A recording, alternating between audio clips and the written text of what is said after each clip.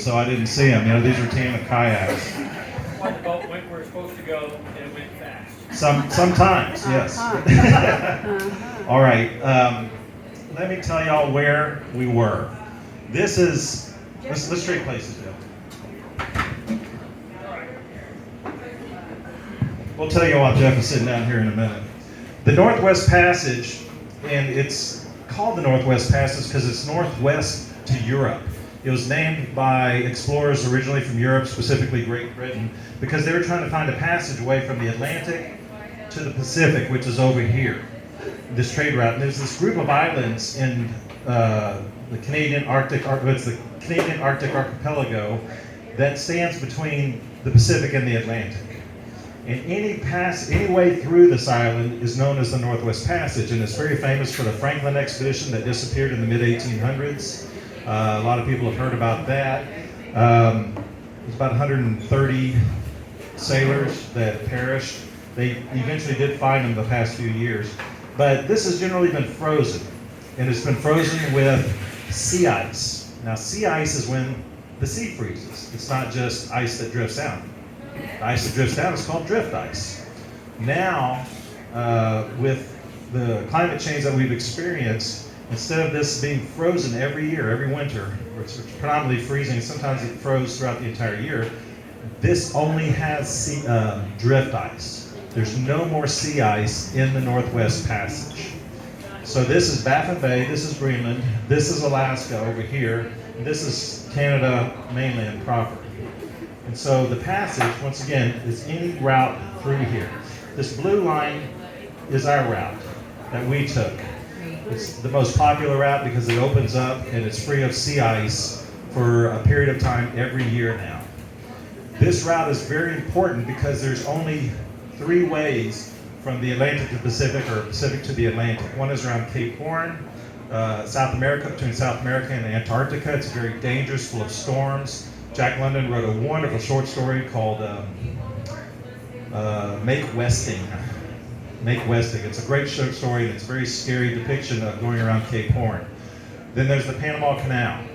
It's been made wider. It's still a bottleneck, and you have to go through several storms in the Atlantic and Pacific to get to the Panama Canal between Asia and Europe. And then finally, there's the Northwest Passage. Now this is interesting because it's wide open when there's no ice.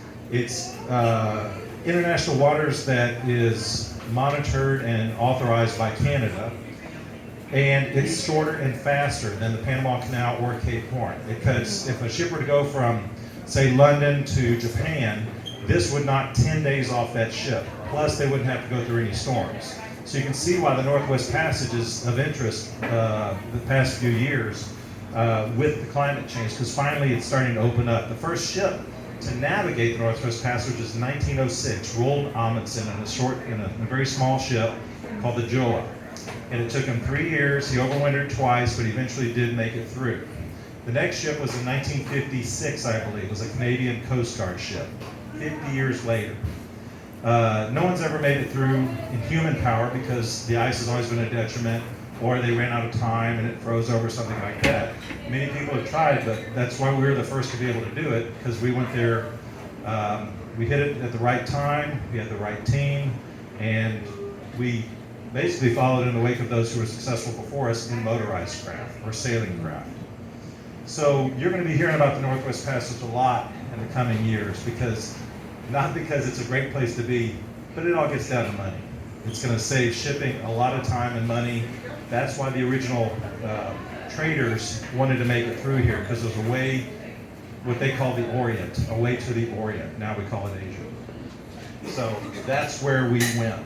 We began up here in the northern part of Baffin Bay, near a town called Pond Inlet, and we made our way, we made our way around the outside of Bylot Island, cut down through here, went through the treacherous Bellot Strait, which is this very narrow strait between these 2 inlets, and then down here to the southern portion, and eventually made it over here. It's about 100, 150 miles inside the Canadian border from Alaska to finish up at Cape Bathurst here. 1,600 miles, took us about 83 days in the actual Northwest Passage, add another 2 weeks getting there and getting back to the mainland. There were 4 of us in 2 tandem kayaks. Jeff and I tried it the year before in 3 solo kayaks. We made a lot of mistakes, but we learned from it. So we were able to go back this year a lot smarter, a lot more gear, and we were self-supported except for one resupply that we did at Cambridge Bay. Barbara talked about getting all our gear there for us. We mailed it in and so forth.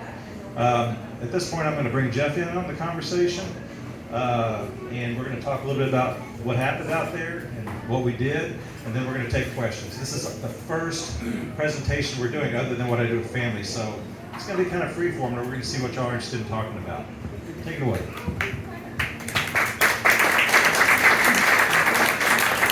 Thank you, Wes. Oh, sorry. I don't know where we start. Yeah, so Wes said that we had gone up last year in some solo kayaks and learned a lot. We were there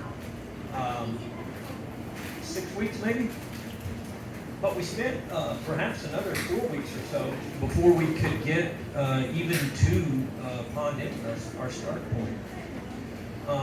So it was the logistics last year that knocked us out for the biggest part.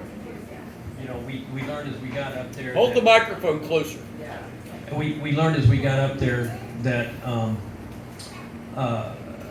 there was only one airline that flies up into the high Arctic, and they have the monopoly. So they kind of, it was just a mess. You would try to get a flight, and it may take you a month to get somewhere. So we didn't add that into our little window of 3 months of paddling. So, you know, that's what we had to deal with. So we learned about that, and then we also decided this year that we would go on with tandem kayaks because we thought we'd have safer kayaks for the big conditions and also more capacity to carry. We wanted to be as self-contained as we possibly could. So those were the 2 biggest things that we implemented. Wes went up well in advance and drove all of our gear up and put it on a plane from central Canada and got it shipped to the start point way in advance for us. So that knocked out those logistics. Then we just simply had to show up and put everything together. But Polar bears? You want to hear about polar bears? Yeah. All right. Hold the mic. This shirt was mauled by a polar bear. This was a shirt I had drying on a rock at night outside our tent. When I use the word drying, nothing dried up there. But I'll let you tell the polar bear story, but I'll hold this up. That one polar bear. We had okay, this was actually the last polar bear. We saw polar bears at every single camp for 6 weeks as we started, and during the day, they would be out running along with us. So, yeah, this was the very last polar bear. And what we had for polar bear defense was we obviously had some weapons in case it came down to the worst scenario. But we had flare guns, we had the bangers, but we also had four little sensors, motion sensors. So we set those out in the corners and kind of build ourselves a little perimeter around our tent at night. And this last bear, which was just the night before we went into Cambridge Bay, so we're 6 weeks into this thing. Man, the batteries had started leaning, you know. There was only a couple of the sensors that we could even make them go, so it wasn't that much. You know, we weren't getting any protection or any alert there. So one morning, laying in the tent, everybody's still asleep, and I thought it was really still. It was kind of a rare kind of no wind moment. And I thought, wow, this wind is all of a sudden starting only here at the gable end of the tent, here on the north side. I heard this wind, you know, but then immediately I heard that guttural kind of, and I thought, wow. I jumped up, and even as I'm getting up, there's a bear profile right against the nylon, right up next to Wes' face. Bear. Wes just laying down in his bag, and me and Mark, he's got earplugs in. Mark and I are both stood up by now, or sitting up in the tent, and we're starting to head outside.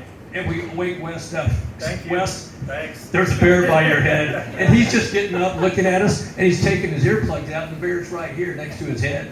You know, so we get outside in our underwear and start shooting a flare gun and yelling at the bear, and he ends up being the only bear that we ran across that was sick. He was truly sick. He wasn't skinny, he was well fed, but I think he had some kind of something going on. He had no fight or flight to him. He was just very lethargic and just stood there. And that bear, he was 45 minutes probably getting him out of the camp. No matter what we did. We even went ahead and shot rounds from the guns at the ground, and just he wouldn't move. So that was the scariest bear, simply because he was so close, and the unknowns of when's he gonna flip a switch. I don't know. The rest of them were all steady. They would come up, and you could tell they could do whatever they wanted. But we did get really used to the polar bears to a degree.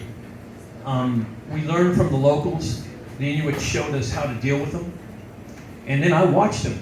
I would be out there and I'd see a family of locals. A bear would come up to their camp and they would simply walk out, with their rifle and show the bear that, hey, I'm the alpha here. And the bears would pretty much always back out, And we got to where one morning, Wes and I woke up. We heard a little tinkling of our cups and our stove out by the rock. Our other two tent mates hadn't woke up yet, but Wes and I looked at each other, and then we went ahead and didn't hear anything, so we were going to lay back down and go back to sleep. We heard it again, and we knew, no, it's got to be something. So I go on out the tent, and there was a really big bear, and he was over by our coffee cups, and all I had was a flare gun, and he's probably from here to the front door. And Wes is going to be handing me a gun, but I just start scolding him like a dog. I said, "What are you doing? That's my kitchen! You get out of there right now!" And the bear kind of looked at me like he got caught with his hand in the cookie jar. And he turned around and he started taking off. He bought my bluff, so I was okay with it. He took off, and then Wes Chambers is shelling my gun. He points it to me. Here you go, right in my face. So, wasn't the bear that was scary that morning. We saw bears almost every day for the first half of the expedition all the way to Cambridge Bay, and we saw them with cubs, twin and solo cubs, and we got pretty used to them. We didn't get complacent at all. We always had our rifle, shotgun, flares, everything with us. We were very aware that this was their backyard, so we did what they said, but there were times when it did get a little dicey. For instance, we had to work our way through some ice flows at time that were this drift ice that had come down some of the sounds like Prince Regent Inlet. We're kayaking through these very narrow, moving ice flows. Just think about a maze with the walls that move, and that's an ice flow. And these multi-ton chunks of ice that pretty much dictate where we can and can't go. Well, we were making our way one morning through one, and there was a lead right up ahead, about 50 yards, the only lead. We couldn't go right, left, anything else. And right then, a mama bear pops up with her cub looking for seals, right where we had to go. And what do you do? It was like, all right. So we turned around, went somewhere else.